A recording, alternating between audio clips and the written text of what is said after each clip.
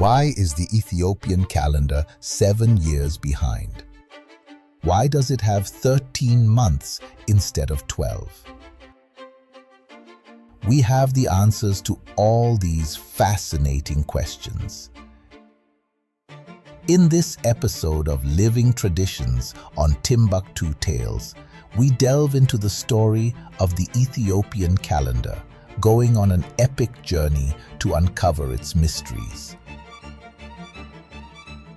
We trace the calendar's surprising ancient origins and how certain old traditions have translated into modern practices.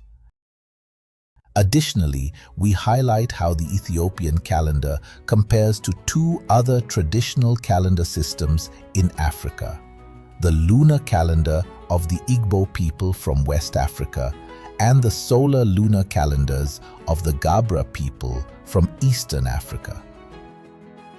If this is a topic that fascinates you, then watch on and discover how the Ethiopian calendar works.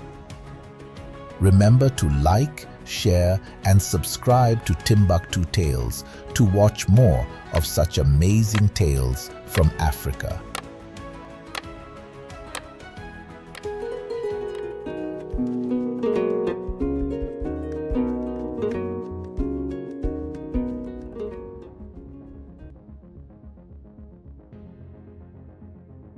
One common denominator all over the world and across millennia is the enduring presence of the sun and the moon. Many societies, in Africa and beyond, have developed ways of counting times based on the movement of these everlasting celestial bodies.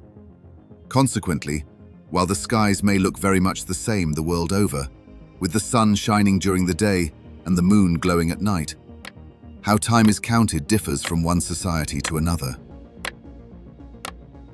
Those systems which track time based on the cycles of the sun, which runs for roughly 365 days, are called solar calendars.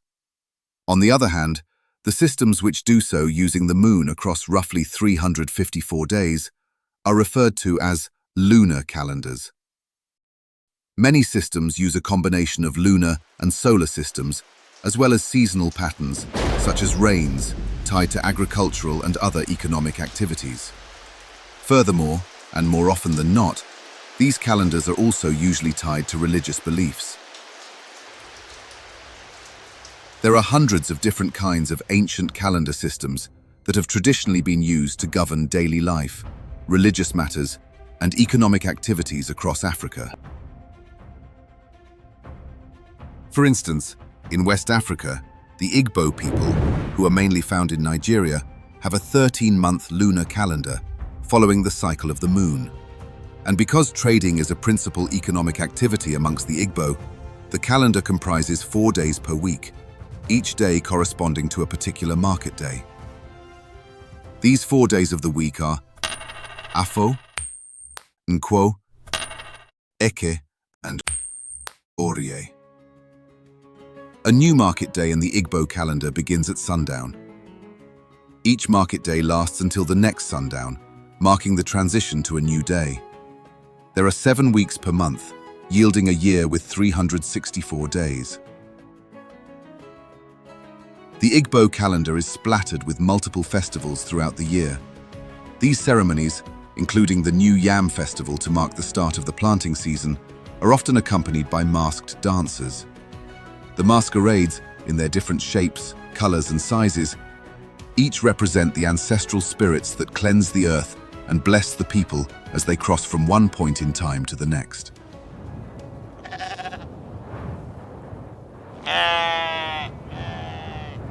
In Eastern Africa, the nomadic Gabra people, who are spread across northern Kenya and southern Ethiopia, have an ancient dual calendar that relies on the cycle of both the sun and the moon.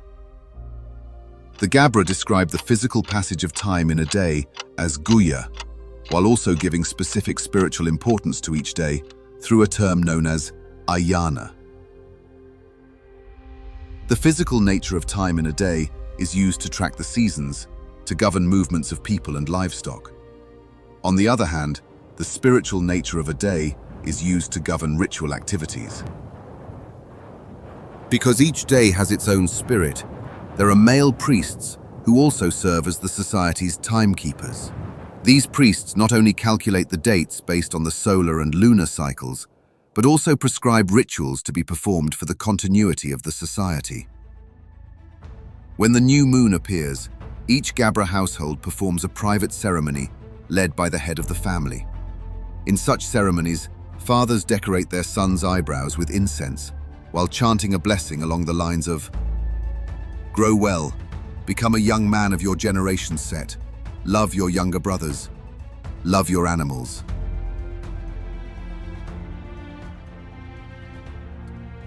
And when the new solar year starts, women perform a ritual whereby they place creeping plants on the kraals where young camels, goats, and sheep are kept. These plants are a blessing and a protection for the animals, to bless their growth and hence the growth of the community. As they place these plants, the Gabra chant that Almado, Almado of rain and peace. God gives rain. Almado of rain and peace. Let water run, come, rain, give us peace. We have reached this feast.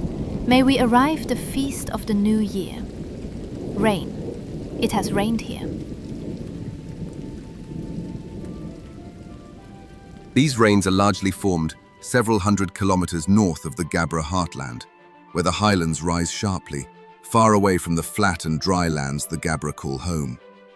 Among these northern highlands is the bustling city of Addis Ababa, capital city of Ethiopia, the country whose official calendar is the main subject of today's story.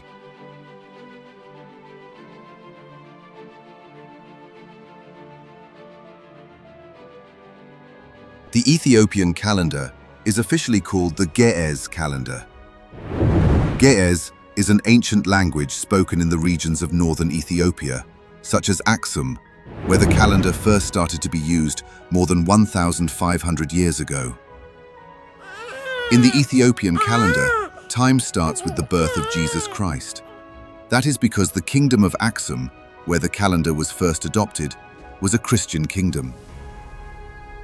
The Ge'ez calendar comprises 13 months, and it is the official calendar used in tracking time in both the Ethiopian government and the Ethiopian Orthodox Tewahedo Church. But before detailing further how the Ethiopian calendar looks like, it is worth starting with the Gregorian calendar. It is the most universally used calendar system internationally, and therefore a useful tool in explaining how other calendar systems work. The Gregorian calendar is based on the solar system, divided into 365 days, comprising 12 months running from January to December. It was developed by the Roman Catholic Church, and therefore sets its starting point as the estimated year in which Jesus of Nazareth was born. That is why historical documentation using the Gregorian calendar use the acronyms B, C, and A.D., before Christ and after Christ respectively, to denote time periods. So, both the Ge'ez and the Gregorian calendar use the birth of Jesus as their starting point, which makes them somewhat similar. However, the Ethiopian calendar trails the Gregorian calendar by 7 years and 8 months. For instance, in the Gregorian calendar, this documentary has been published in April, the 4th month of 2026. But according to the Ethiopian calendar, its equivalent publication date is in Miazia, 8th month of 2018. So, if the point of origin for these two calendars is the same, with the birth of Jesus Christ, how are they over 7 years apart? Where does this time difference come from? Well, this all has to do with conflicts on which exact date Jesus was born.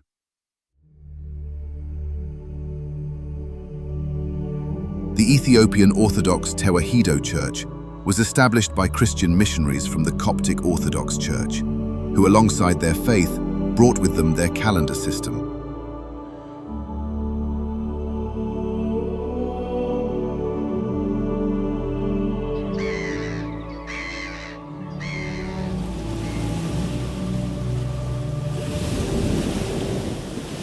Coptic Orthodox Church was established in the 1st century, in approximately 42 AD, by Saint Mark the Evangelizer in Alexandria, Egypt.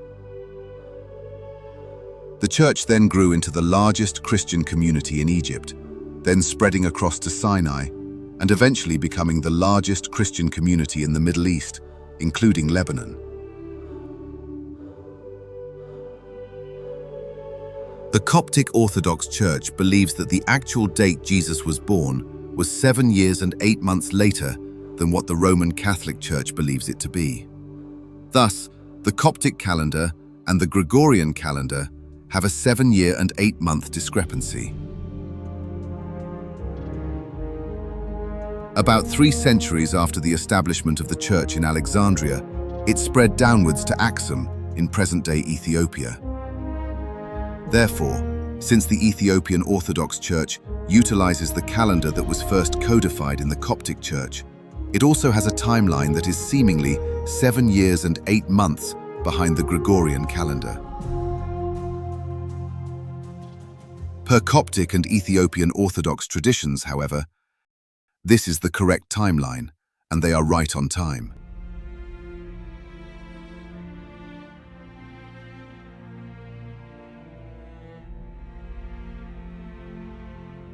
The Ethiopian calendar starts on the first day of the month of Meskerem. This is also the blooming season of the bright yellow Addis Ababa flower, after which the capital city of Addis Ababa is named. 1st of Meskerem is roughly the equivalent of September 11th in the Gregorian calendar. During Enkutatash, the New Year festivities, people all over the country dress in bright yellow attires. They sing and dance and praise God for enabling them to see another year. Families are happy, and the world is full of joy. Then 11 other months follow, as they have done for centuries. Tikimt, Hidar, Tahisas, Tir, Yekatit, Megabit, Miazia, Ginbot, Sene, Hamle, Nehasye. Finally, a 13th month, known as Pagume, comes last, containing within it only 5 days. Why is it that the Ethiopian calendar has 13 months, with the last one being only 5 days long? To answer this question, we have to go even further back in time, back to the times of ancient Egypt.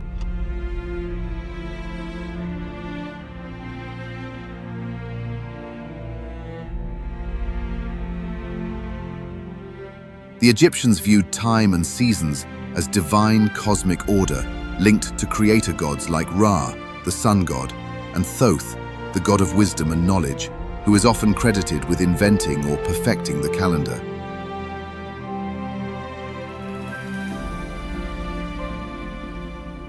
Ra was the sun god, and all pharaohs were referred to as sons of Ra. Although Egyptian society also had a lunar calendar, this association of the sun with the pharaohs made the rulers naturally favor a solar calendar system for civil/administrative purposes. Furthermore, being a desert society, life in ancient Egypt depended on the flow of the Nile River. Putting all these into consideration, the ancient Egyptians adopted a solar 365-day calendar whose design was based on the patterns of the River Nile. They divided the 365 days of the year into 3 seasons based on the Nile River's cycle.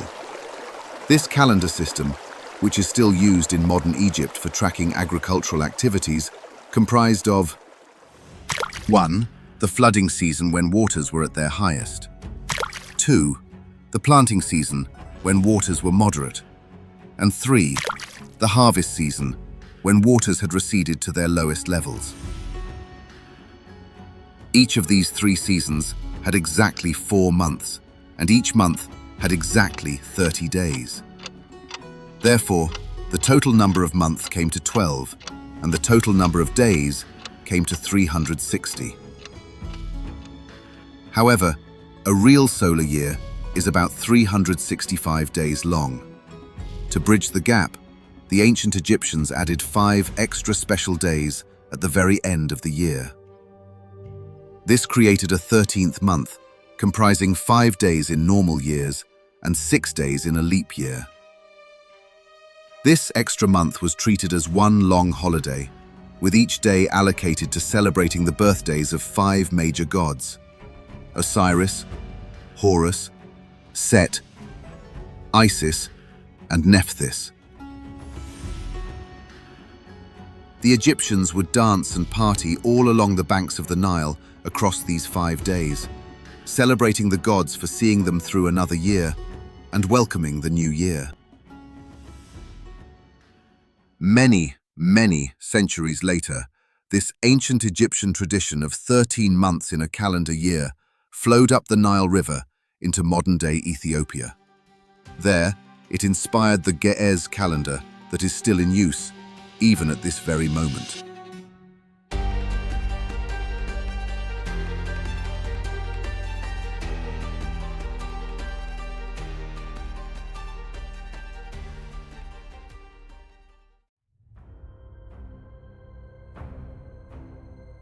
It is believed that Ge'ez calendar started to be used over 1,500 years ago, during the time of King Ezana.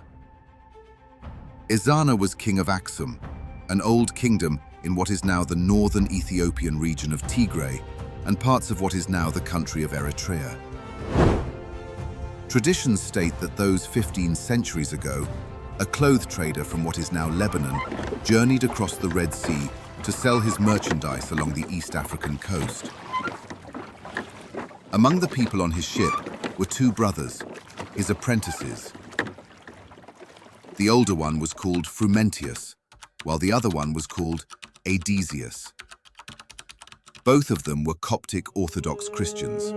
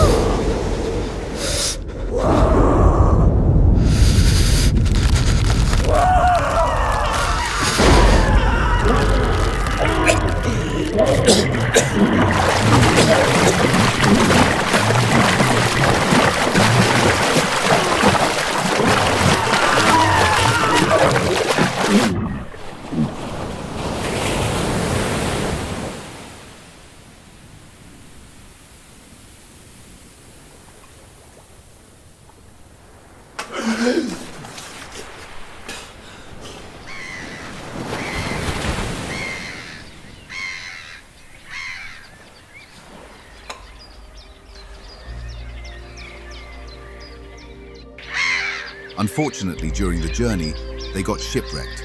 The merchant, alongside a majority of the crew, was lost at sea. Luckily, Frumentius and Adesius survived and reached the shores of the kingdom of Axum. Royal soldiers found them and immediately took them to the king's royal palace. The king was old, and with his queen had a young child, the crown prince named Ezana. At the royal palace, the 2 brothers quickly gained favor with the old king as they demonstrated integrity, virtue, and wisdom. So the old king gave them responsibilities within the palace. While Adesius served as a cupbearer, Frumentius was put in charge of the royal records. Additionally, the old king gave the brothers permission to spread their Christian faith among his subjects. And shortly before he died, a few years later, the old king set the brothers free. They both remained in the royal palace, where they assisted the widowed queen in raising the crown prince Ezana, while also preaching. Eventually, though, Adesius chose to return home across the Red Sea and went on with trading activities, while Frumentius remained in Axum and continued with missionary work. He built one church community after another, and over the years, gathered a significant following. And among those who had been keenly observing the brothers' teachings was the young prince, Ezana.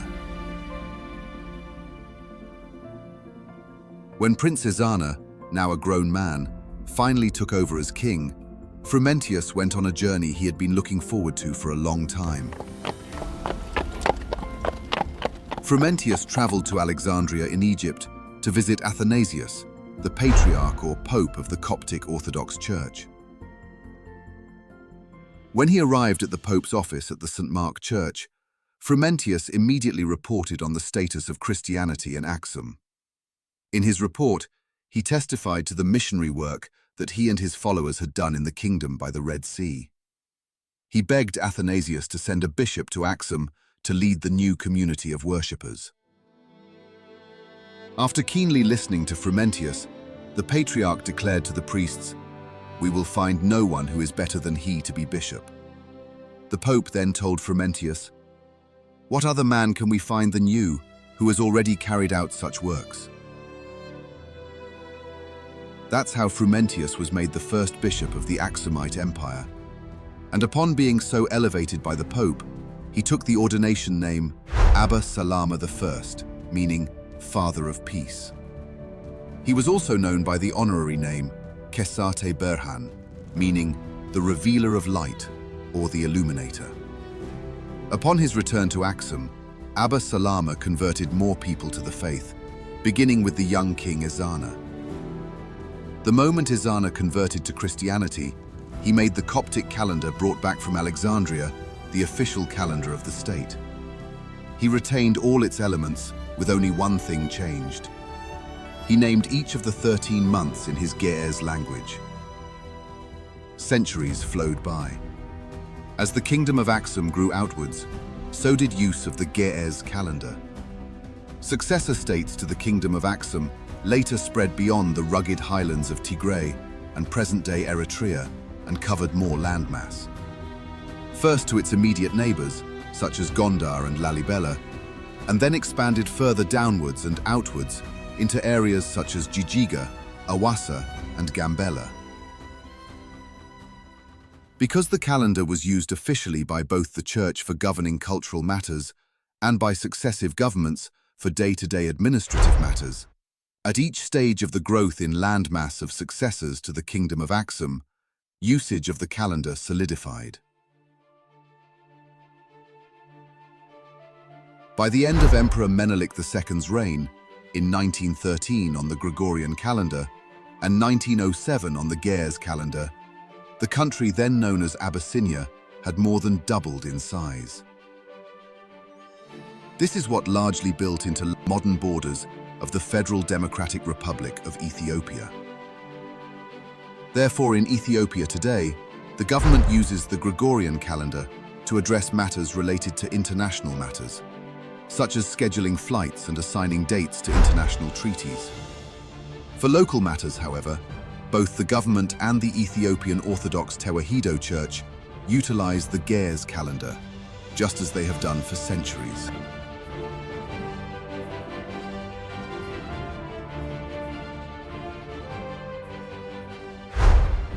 Thanks for watching today's episode of Timbuktu Tales. Like, share and subscribe to watch more of such amazing tales from Africa. And hey, don't forget to hit that notification bell to always get updates on new episodes every week. Are there any stories you would like us to work on? Feel free to share your ideas in the comment section below.